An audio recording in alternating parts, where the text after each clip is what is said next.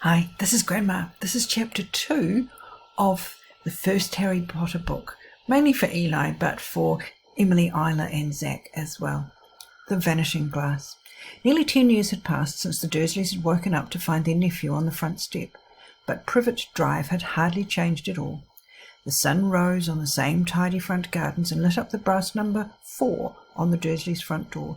It crept into their living room, which was almost exactly the same as it had been on the night when Mr. Dursley had seen that fateful news report about the owls. Only the photographs on the mantelpiece really showed how much time had passed. 10 years ago, there had been lots of pictures of what looked like a large pink beach ball wearing different coloured bonnets. But Dudley Dursley was no longer a baby, and now the photographs showed a large blonde boy riding his first bicycle on a carousel at the fair, playing a computer game with his father, being hugged and kissed by his mother. The room held no sign at all that another boy lived in the house too. Yet Harry Potter was still there, asleep at the moment, but not for long. His Aunt Petunia was awake, and it was her shrill voice that made the first noise of the day. "Up! Get up! Now!" Harry woke with a start. His aunt rapped on the door again. "Up!" she screeched. Harry heard her walking towards the kitchen, and then the sound of the frying pan being put on the stove. He rolled onto his back and tried to remember the dream he had been having. It had been a good one. There had been a flying motorcycle in it. He had a funny feeling he'd had the same dream before. His aunt was back outside the door. "Are you up yet?" she demanded. "Nearly," said Harry. "Well, get a move on. I want you to look after the bacon, and don't you dare let it burn. I want everything perfect on Daddy's birthday." Harry groaned.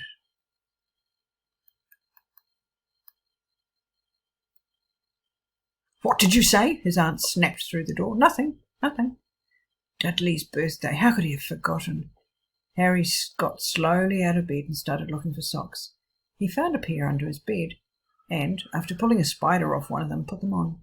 Harry was used to spiders, because the cupboard under the stairs was full of them, and that was where he slept. When he was dressed, he went down the hall into the kitchen. The table was almost hidden beneath Dudley's birthday presents. It looked as though Dudley had got the new computer he wanted, not to mention the second television and the racing bike. Exactly why Dudley wanted a racing bike was a mystery to Harry, as Dudley was very fat and hated exercise, unless of course it involved punching somebody. Dudley's favourite punching bag was Harry, but he couldn't catch him very often. Harry didn't look it, but he was very fast. Perhaps it had something to do with living in a dark cupboard, but Harry had always been small and skinny for his age. He looked even smaller and skinnier than he really was, because all he had to wear were old clothes of Dudley's, and Dudley was about 4 times bigger than he was. Harry had a thin face, knobbly knees, black hair, and bright green eyes. He wore round glasses held together with a lot of scotch tape, because of all of the times Dudley had punched him on the nose. The only thing Harry liked about his own appearance was a very thin scar on his forehead that was shaped like a bolt of lightning. He had had it as long as he could remember, and the first question he could ever remember asking his Aunt Petunia was how he had gotten it. In the car crash when your parents died, she said, "And don't ask questions." Don't ask questions. That was the first rule for a quiet life with the Dursleys. Uncle Vernon entered the kitchen as Harry was turning over the bacon. "Comb your hair," he barked, by way of a morning greeting. About once a week, Uncle Vernon looked over the top of his newspaper and shouted that Harry needed a haircut. Harry must have had more haircuts than the rest of the boys in his class put together, but it made no difference. His hair simply grew that way, all over the place. Harry was frying eggs by the time Dudley arrived in the kitchen with his mother. Dudley looked a lot like Uncle Vernon. He had a large pink face, not much neck, small, watery blue eyes, and thick blonde hair that lay smoothly on his thick, fat head. Aunt Petunia often said that Dudley looked like a baby angel. Harry often said that Dudley looked like a pig in a wig. Harry put the plates of egg and bacon on the table, which was difficult as there wasn't much room. Dudley, meanwhile, was counting his presents. His face fell. 36, he said, looking up at his mother and father. That's 2 less than last year. Darling, you haven't counted Auntie Marge's present. See, it's here, under the big one from Mummy and Daddy. All right, 37 then, said Dudley, going red in the face. Harry, who could see a huge Dudley tantrum coming on, began wolfing down his bacon as fast as possible, in case Dudley turned the table over. Aunt Petunia obviously scented danger too, because she said quickly, "And we'll buy you another 2 presents while we're out today. How's that, Popkin? 2 more presents. Is that all right?" Dudley thought for a moment. It looked like hard work. Finally, he said slowly, "So I'll have 39 sweetums," said Aunt Petunia. "Oh." Dudley sat down heavily and grabbed the nearest parcel. "All right then." Uncle Vernon chuckled. "Little Tyke wants his money's worth, just like his father. Attaboy, Dudley." He ruffled Dudley's hair. At that moment the telephone rang, and Aunt Petunia went to answer it, while Aunt Harry and Uncle Vernon watched Dudley unwrap the racing bike, a video camera, a remote control airplane, 16 new computer games, and a VCR. He was ripping the paper off a gold wristwatch when Aunt Petunia came back from the telephone, looking both angry and worried. "Bad news, Vernon," she said. "Mrs. Figg's broken her leg. She can't take him." She jerked her head in Harry's direction. Dudley's mouth fell open in horror, but Harry's heart gave a leap. Every year on Dudley's birthday, his parents took him and a friend out for the day to adventure parks, hamburger restaurants, or the movie. Every year, Harry was left behind with Mrs. Figg, a mad old lady who lived 2 streets away. Harry hated it there. The whole house smelled of cabbage, and Mrs. Figg made him look at photographs of all the cats she'd ever owned. "Now what?" said Aunt Petunia, looking furiously at Harry, as though he'd planned this. Harry knew he ought to feel sorry that Mrs. Figg had broken her leg, but it wasn't easy when he reminded himself it would be a whole year before he had to look at Tibbles, Snowy, Mr. Paws, and Tufty again. "We could ring Marge," Uncle Vernon suggested. "Don't be silly, Vernon. She hates the boy. The Dursleys often spoke about Harry like this, as though he wasn't there, or rather as though he was something nasty that couldn't understand them, like a slug." "Well, what about, what's her name, your friend? Yvonne?" "On vacation in Mallorca," snapped Aunt Petunia. "You could just leave me here," Harry put in hopefully. He'd be able to watch what he wanted on TV for a change, and maybe even have a go on Dudley's computer. Aunt Petunia looked as though she'd just swallowed a lemon. "And come back and find the house in ruins," she snarled. "I won't blow up the house," said Harry, but they weren't listening. "I suppose we could take him to the zoo," said Aunt Petunia slowly.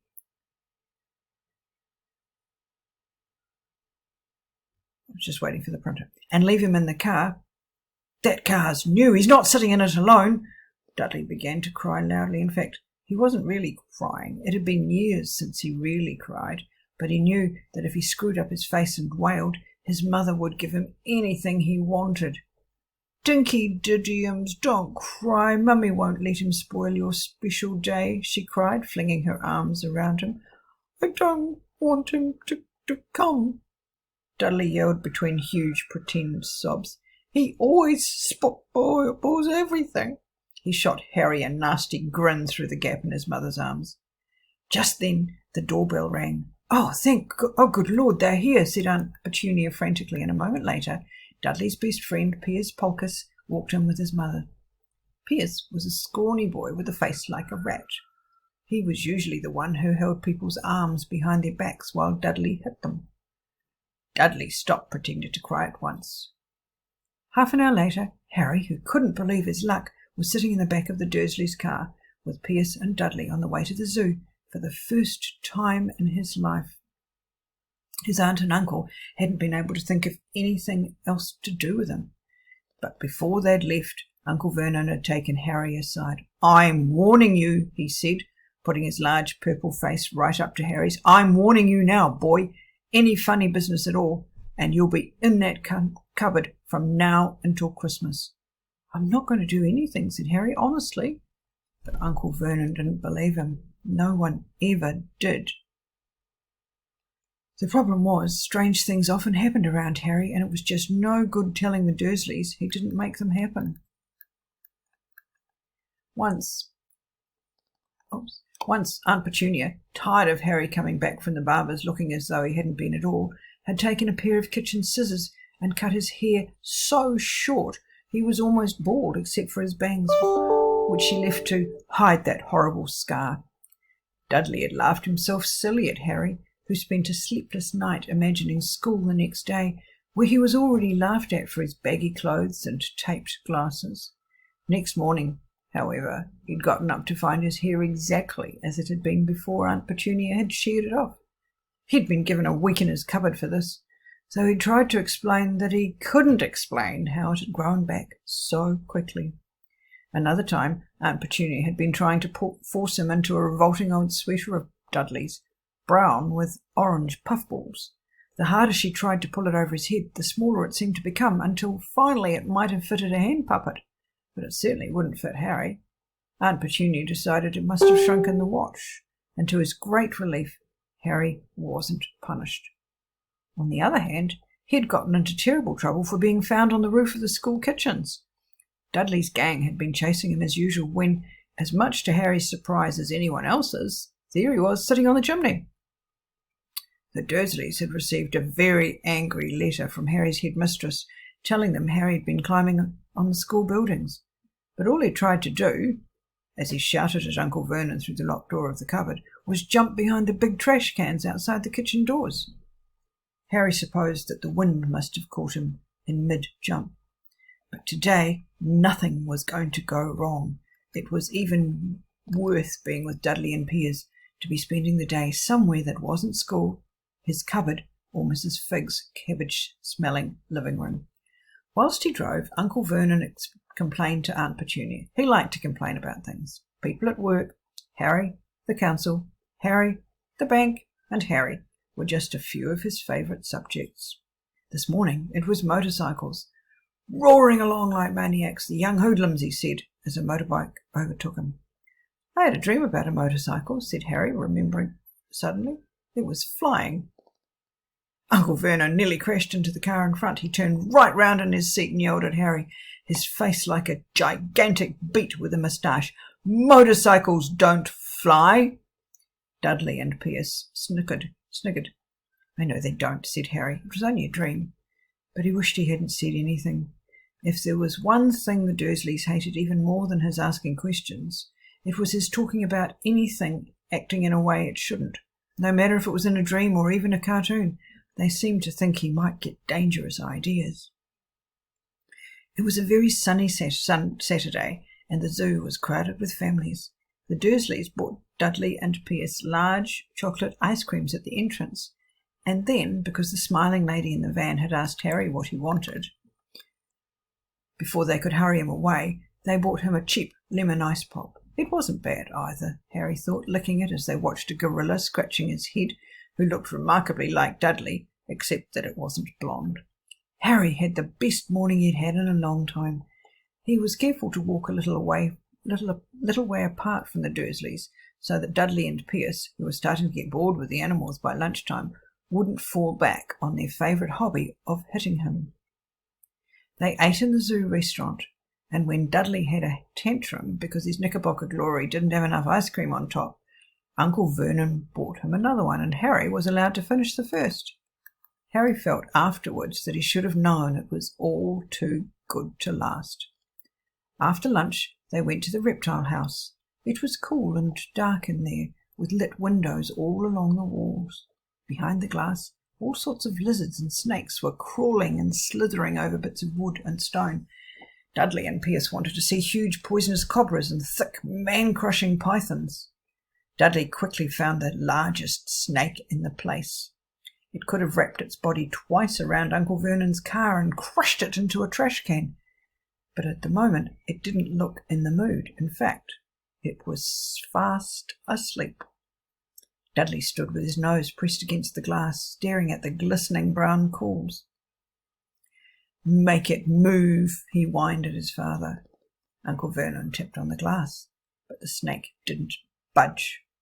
"Do it again," Dudley ordered. Uncle Vernon rapped the glass smartly with his knuckles, but the snake just snoozed on. "This is boring," Dudley moaned. He shuffled away. Harry moved in front of the tank and looked intently at the snake. He wouldn't have been surprised if it had died of boredom itself. No company except stupid people drumming their fingers on the glass, trying to disturb it all day long. It was worse than having a cupboard as a bedroom, where the only visitor was Aunt Petunia hammering on the door to wake you up. At least you got to visit the rest of the house. The snake suddenly opened its beady eyes. Slowly, very slowly, it raised its head until its eyes were on a level with Harry's. It winked. Harry stared. Then he looked quickly around to see if anyone else was watching. They weren't. He looked back at the snake and winked too. The snake jerked its head towards Uncle Vernon and Dudley, then raised its eyes to the ceiling. It gave Harry a look that said quite plainly, "I get that all the time." "I know," Harry murmured through the glass, though he wasn't sure the snake could hear him. "It must be really annoying." The snake nodded vigorously. "Where do you come from, anyway?" Harry asked. The snake jabbed its tail at a little sign next to the glass. Harry peered at it. Boa constrictor. Brazil. Was it nice there? The boa constrictor jabbed its tail at the house sign again, and Harry read on, "This specimen was bred in the zoo." "Oh, I see. So you've never been to Brazil." As the snake shook its head, a deafening shout behind Harry made both of them jump. "Dudley! Mr. Dursley, come and look at the snake! You won't believe what it's doing!" Dudley came waddling towards them as fast as he could. "Out of the way, you!" he said, punching Harry in the ribs. Caught by surprise, Harry fell hard on the concrete floor. What came next happened so fast no one saw it happen. 1 second, Pierce and Dudley were leaning right up close to the glass. The next, they had leapt back with howls of horror. Harry sat up and gasped. The glass front of the boa constrictor's tank had vanished. The great snake was uncoiling itself rapidly, slithering out onto the floor. People throughout the reptile house screamed and started running for the exits. As the snake slid swiftly past him, Harry could have sworn a low, hissing voice said, "Brazil, here I come. Thanks, amigo." The keeper of the reptile house was in shock. "But the glass," he kept saying, "where did the glass go?" The zookeeper himself made Aunt Petunia a cup of strong, sweet tea while he apologized over and over again. Piers and Dudley could only gibber. As far as Harry had seen, the snake hadn't done anything except snap playfully at their heels as it passed, but by the time they were all back in Uncle Vernon's car, Dudley was telling them how it had nearly bitten off his leg, while Pierce was swearing it had tried to squeeze him to death. But worst of all for Harry, at least, was Pierce calming him down enough to say, "Harry was talking to it, weren't you, Harry?" Uncle Vernon waited until Pierce was safely out of the house before starting on Harry. He was so angry he could hardly speak. He managed to say, "Go! Cupboard! Stay! No meals!" before he collapsed into a chair, and Aunt Petunia had to run and get him a large brandy. Harry lay in the dark cupboard much later, wishing he had a watch. He didn't know what time it was, and he couldn't be sure the Dursleys were asleep yet. Until they were, he couldn't risk sneaking to the kitchen for some food. He'd lived with the Dursleys almost 10 years, 10 miserable years, as long as he can remember, ever since he'd been a baby and his parents had died in the car crash. He couldn't remember being in the car when his parents had died. Sometimes when he strained his memory during long hours in his cupboard, he came up with a strange vision, a blinding flash of green light and a burning pain on his forehead. This, he supposed, was the crash, though he couldn't imagine where all the green light came from. He couldn't remember his parents at all. His aunt and uncle never spoke about them, and of course he was forbidden to ask questions. There were no photographs of them in the house. When he'd been younger, Harry had dreamed and dreamed of some unknown relative coming to take him away, but it had never happened. The Dursleys were his only family. Yet sometimes he thought, or maybe hoped, that strangers in the street seemed to know him. Very strange strangers they were too. A tiny man in a violet top hat had bowed to him once while out shopping with Aunt Petunia and Dudley. After asking Harry furiously if he knew the man, Aunt Petunia had rushed them out of the shop without buying anything. A wild-looking old woman dressed all in green had waved merrily at him once on a bus. A bald man in a very long purple coat had actually shaken his hand in the street the other day and then walked away without a word. The weirdest thing about all these people was the way they seemed to vanish the second Harry tried to get a closer look. At school, Harry had no one. Everyone knew that Dudley's gang hated that odd Harry Potter in his baggy old clothes and broken glasses, and nobody liked to disagree with Dudley's gang. And that's the end of Chapter 2.